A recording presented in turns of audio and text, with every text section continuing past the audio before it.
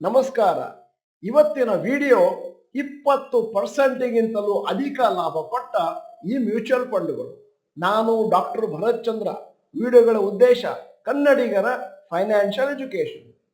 ನಮ್ಮ ಕಾರ್ಯಾಗಾರದಲ್ಲಿ ವಿಡಿಯೋದಲ್ಲಿ ನಾವು ಆವಾಗ ಹೇಳ್ತೇವೆ, ಒಳ್ಳೆಯ ಷೇರುಗಳನ್ನು ಆಯ್ಕೆ ಮಾಡಿಕೊಂಡ್ರೆ ಅಂದಾಜು 15ರಿಂದ 25ರಿಂದ 30% ವರೆಗೂ ನೀವು ಲಾಭವನ್ನು ನಿರೀಕ್ಷೆ ಮಾಡಬಹುದು. ಲಾಂಗ್ ಟರ್ಮ್ ಅಲ್ಲಿ ಸ್ವಲ್ಪ ಕಮ್ಮಿ ಆಗ್ಬೋದು. ಆದರೆ ಇದೇ ತರದ ಲಾಭ ಮ್ಯೂಚುವಲ್ ಫಂಡ್ ಅಲ್ಲಿ ಕೂಡ ಬರುತ್ತೆ ಅಂತಂದ್ರೆ ಆವಾಗ ಅಂತಹ ಮ್ಯೂಚುವಲ್ ಫಂಡ್ಗಳ ಬಗೆಗೆ ಗಮನವಿಟ್ಟು ಸ್ಟಡಿ ಮಾಡಿ ಅವುಗಳಲ್ಲಿ ಹಾಕೋದು ಸಲೀಸು.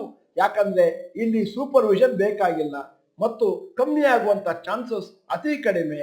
ಒಂದು ಆವರೇಜ್ ಅಲ್ಲಿ ಒಳ್ಳೆಯ ರೇಟ್ ಅಲ್ಲಿ ರಿಟರ್ನ್ಸ್ ಬರುತ್ತೆ. ಭಾರತದ ಮಾರುಕಟ್ಟೆ one of the best performing large stock markets. ಬಹಳ ವರ್ಷದಿಂದ ಕಂಪೇರ್ ಮಾಡಿದ್ರೆ ಭಾರತದ GDP ಪ್ರಪಂಚದಲ್ಲೇ ಜಾಸ್ತಿ ಇದೆ. ಅದರಿಂದಾಗಿ ಹಿಂದಿನ ದಿನಗಳಲ್ಲಿ ಷೇರು ಮ್ಯೂಚುವಲ್ ಫಂಡ್ಗಳಲ್ಲಿ ಒಳ್ಳೆಯ ವೆಲ್ತ್ ಕ್ರಿಯೇಷನ್ ಆಗಿದೆ. ಯಾರು ತಾಳ್ಮೆಯಿಂದ ಕಾದಿದ್ದಾರೋ ಅವರಿಗೆ. ಶೇರ್ನಲ್ಲಿ ಮತ್ತು ಮ್ಯೂಚುವಲ್ ಫಂಡ್ ಅಲ್ಲಿ ಒಳ್ಳೆಯ ವೆಲ್ತ್ ಕ್ರಿಯೇಷನ್ ಆಗಬೇಕು ಅಂತಂದ್ರೆ ಯಾವ ತರದ ಷೇರು ಮ್ಯೂಚುವಲ್ ಫಂಡ್ ಅನ್ನು ನೀವು ಆಯ್ಕೆ ಮಾಡಿಕೊಂಡಿದ್ದೀವಿ ಅನ್ನುವುದರ ಮೇಲೆ ನಿರ್ಭರವಾಗಿದೆ.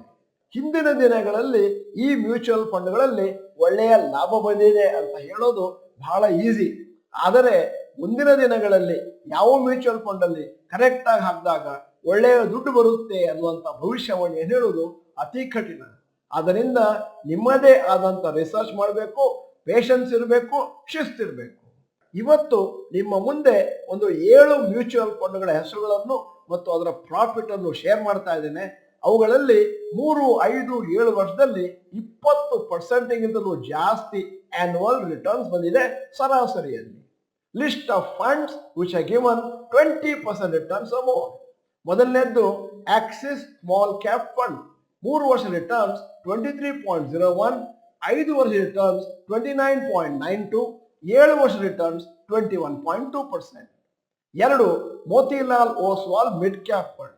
3 ವರ್ಷ ರಿಟರ್ನ್ಸ್ 37.28%, 5 ವರ್ಷ ರಿಟರ್ನ್ಸ್ 34.8, 7 ವರ್ಷ ರಿಟರ್ನ್ಸ್ 22.6.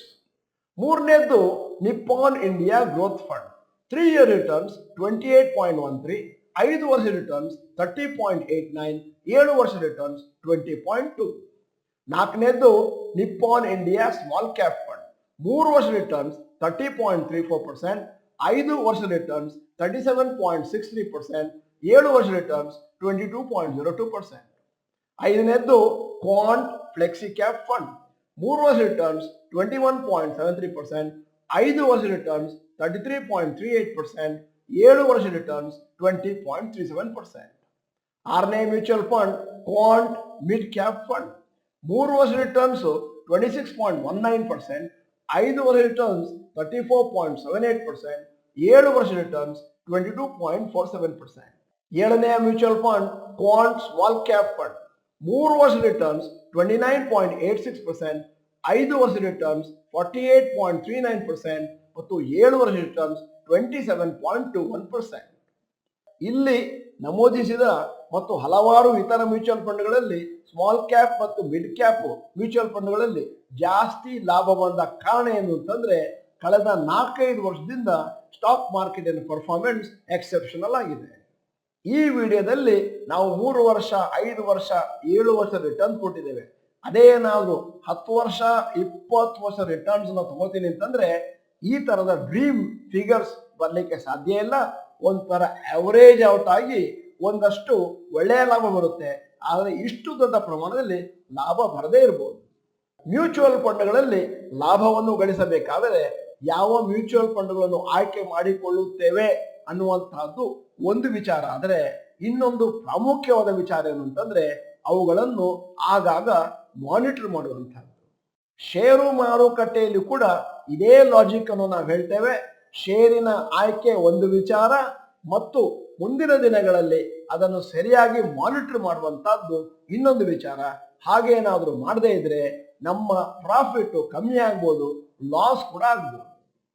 ಉತ್ತಮವಾದ ಮ್ಯೂಚುವಲ್ ಫಂಡ್ಗಳನ್ನು ಸೆಲೆಕ್ಟ್ ಮಾಡುವಂತಹ ಸಮಯದಲ್ಲಿ ಬಹಳ ಪ್ರಾಮುಖ್ಯವಾದದ್ದು ಮೊದಲನೇದ್ದು ಸೆಲೆಕ್ಷನ್ ಆಫ್ ಫಂಡ್ಸ್, ಎರಡನೇದ್ದು ನಿಮ್ಮ ವಯಸ್ಸಿಗೆ ಅನುಗುಣವಾಗಿ ಸೆಲೆಕ್ಟ್ ಮಾಡುವಂತಹದ್ದು, ಮೂರನೇದ್ದು ನಿಮಗೆ ಎಷ್ಟು ರಿಸ್ಕ್ ತೆಗೆದುಕೊಳ್ಳುವ ಕೆಪಾಸಿಟಿ ಇದೆ ಅದರ ಮೇಲೆ ಮ್ಯೂಚುವಲ್ ಫಂಡ್ಗಳನ್ನು ಸೆಲೆಕ್ಟ್ ಮಾಡೋದು. ಯಾವುದೋ ಒಂದು ಪರ್ಟಿಕ್ಯುಲರ್ ಮ್ಯೂಚುವಲ್ ಫಂಡ್ ಅಲ್ಲಿ ಜಾಸ್ತಿ ಲಾಭ ಬಂದಿದೆ ಅಂತ ಅದನ್ನು ಸೆಲೆಕ್ಟ್ ಮಾಡ್ಲಿಕ್ಕೆ ಸಾಧ್ಯ ಇಲ್ಲ. ಏನಿದ್ದರೂ ಕೂಡ ನಿಮ್ಮದೇ ಆದಂತ ರಿಸರ್ಚ್ ಅತಿ ಪ್ರಾಮುಖ್ಯ. ಬಹಳ ಜನ ನಮಗೆ ಕೇಳುವ ಪ್ರಶ್ನೆ, ಸರ್ ಒಂದು ಮ್ಯೂಚುವಲ್ ಫಂಡಿನ ಲಿಸ್ಟ್ ಕೊಡಿ, ಒಳ್ಳೆಯ ಪರ್ಫಾರ್ಮೆನ್ಸ್ ಕೊಡುವಂತದ್ದು. ಹಾಗೇನಾದ್ರೂ ನಾವು ಕೊಟ್ರೆ, ನೀವು ಬ್ಲೈಂಡ್ ಆಗಿ ಹಾಕಿದ್ರೆ ಮುಂದಿನ ದಿನಗಳಲ್ಲಿ ಅದರ ಬಗ್ಗೆ ರಿಸರ್ಚ್ ಮಾಡದೆ ಹಾಕಿದ್ದರಿಂದ ನಿಮಗೆ ಬರುವ ಲಾಭ ಕಮ್ಮಿ ಆಗ್ಬೋದು, ಲಾಸ್ ಕೂಡ ಆಗ್ಬೋದು. ಆದ್ದರಿಂದ ಮಾನಿಟರಿಂಗ್ ಬಹಳ ಬಹಳ ಇಂಪಾರ್ಟೆಂಟ್. ನಮ್ಮ ಬಹಳ ವರ್ಷದ ಷೇರು ಮಾರುಕಟ್ಟೆ ಅನುಭವದಿಂದ ಹೇಳ್ತಾ ಇದ್ದೇನೆ, ಬಹಳ ಜನ ಷೇರುಗಳನ್ನು ಮ್ಯೂಚುವಲ್ ಫಂಡ್ಗಳನ್ನು ಬ್ಲೈಂಡ್ ಆಗಿ ಪರ್ಚೇಸ್ ಮಾಡ್ತಾರೆ. ಅದರ ಬದಲಾಗಿ ಒಂದಷ್ಟು ರಿಸರ್ಚ್ ಮಾಡಬೇಕು ಆನ್ಲೈನು. ಮತ್ತೆ ಹಾಗೇನಾದ್ರೂ ಮಾಡದಿದ್ರೆ ಮುಂದಿನ ದಿನಗಳಲ್ಲಿ ಪಶ್ಚಾತ್ತಾಪವನ್ನು ಅನುಭವಿಸ್ತೀರಿ. ಷೇರು ಮಾರುಕಟ್ಟೆಯಲ್ಲಿ ಒಂದು ಇಂಪಾರ್ಟೆಂಟ್ ಗಾದೆ ಮಾತಿದೆ, past performance May R may not repeat in the future. ಅಂದರೆ ಮುಂದಿನ ದಿನಗಳಲ್ಲಿ ಇವತ್ತು ಬಂದಂತ ಲಾಭ ಬರಬಹುದು, ಬರದೆಯೂ ಇರಬಹುದು. ಷೇರು ಮತ್ತು ಮ್ಯೂಚುವಲ್ ಫಂಡ್ಗಳನ್ನು ನೋಡಬೇಕಾದ್ರೆ ನಿಮ್ಮದೇ ಆದಂತ ರಿಸರ್ಚ್ ಅತಿ ಅಗತ್ಯ. ನಾನು ನೋಡಿದ್ದೇನೆ, ಬಹಳಷ್ಟು ಜನ ಲಕ್ಷಾಂತರ ರೂಪಾಯಿಯನ್ನು ಕಳಪೆ ಮ್ಯೂಚುವಲ್ ಫಂಡ್ ಮತ್ತು ಕಳಪೆ ಷೇರುಗಳಲ್ಲಿ ಹಾಕ್ತಾರೆ. ಯಾವ ಸಂಶೋಧನೆಯನ್ನು ಮಾಡಿರೋದಿಲ್ಲ. ಮುಂದೆ ಹಣವನ್ನು ಹಾಕಿದ ಮೇಲೆ ನಮಗೆ ಚಾಟ್ ಬಾಕ್ಸ್ ಅಲ್ಲಿ ಹಾಕ್ತಾರೆ, ಈ ಶೇರ್ ಅನ್ನು ಮ್ಯೂಚುವಲ್ ಫಂಡ್ ಅನ್ನು ಇಟ್ಕೊಳ್ಬಹುದಾ, ಬೈ ಮಾಡಬಹುದಾ, ಮತ್ತೆ ಅದನ್ನ ಈಗ ಹೋಲ್ಡ್ ಮಾಡಬಹುದಾ. ಇವತ್ತಿನ ವಿಡಿಯೋದಲ್ಲಿ ನಾವು ನಮೂದಿಸಿದ 7 ಮ್ಯೂಚುವಲ್ ಫಂಡ್ಗಳಲ್ಲಿ ಬಹಳಷ್ಟು ಸ್ಮಾಲ್ ಕ್ಯಾಪ್, ಮಿಡ್ ಕ್ಯಾಪ್ ಫಂಡ್ಗಳಿದಾವೆ. ಬಹಳಷ್ಟು ವೊಲಟೈಲ್ ಆಗಿರುತ್ತೆ, ಫ್ಲಕ್ಚುಯೇಷನ್ ಇರುತ್ತೆ ಲಾಂಗ್ ಟರ್ಮ್ ಅಲ್ಲಿ. ಅದರಿಂದಾಗಿ ನೀವು ಇಂತಹ ಪೋರ್ಟ್ಫೋಲಿಯೋನ ಬಿಲ್ಡ್ ಮಾಡಬೇಕಾದ್ರೆ ನಿಮ್ಮದೇ ಆದಂತ ರಿಸರ್ಚ್ ಮಾಡಬೇಕು, ಒಳ್ಳೆಯ ನಾಲೆಜ್ ಇರಬೇಕು ಮತ್ತು ವೊಲಟಾಲಿಟಿಯನ್ನ ತಡ್ಕೊಳ್ಳಿಕ್ಕೆ ನಿಮ್ಮಲ್ಲಿ ಶಕ್ತಿ ಇರಬೇಕು. ವಿಡಿಯೋದ ಕೊನೆಯಲ್ಲಿ ನಿಮ್ಮ ಜನರಲ್ ನಾಲೆಜಿಗಾಗಿ ಒಂದು ಪ್ರಶ್ನೆ ಕೇಳ್ತಾ ಇದ್ದೇನೆ. ಮಲ್ಟಿ ಅಸೆಟ್ ಮ್ಯೂಚುವಲ್ ಫಂಡ್ಗಳಲ್ಲಿ ಮಿನಿಮಮ್ ಎಷ್ಟು ಕೈಂಡ್ ಆಫ್ ಅಸೆಟ್ಸ್ ಇರಬೇಕು? ನಿಮ್ಮ ಮುಂದೆ 4 ಆಯ್ಕೆಗಳು, A 2 B 3 C 4 D 5. ನೀವು ಡಾಕ್ಟರ್ ಭರತ್ ಚಂದ್ರ ಇನ್ಸ್ಟಿಟ್ಯೂಟ್ ಕನ್ನಡ ಚಾನೆಲ್ ಮೆಂಬರ್ ಅಲ್ಲ ಅಂತಂದ್ರೆ ಇದೀಗ ಸಮಯ ಸಬ್ಸ್ಕ್ರಿಪ್ಷನ್ ಬಟನ್, ಬೆಲ್ ಐಕಾನ್ ಒತ್ತಿ.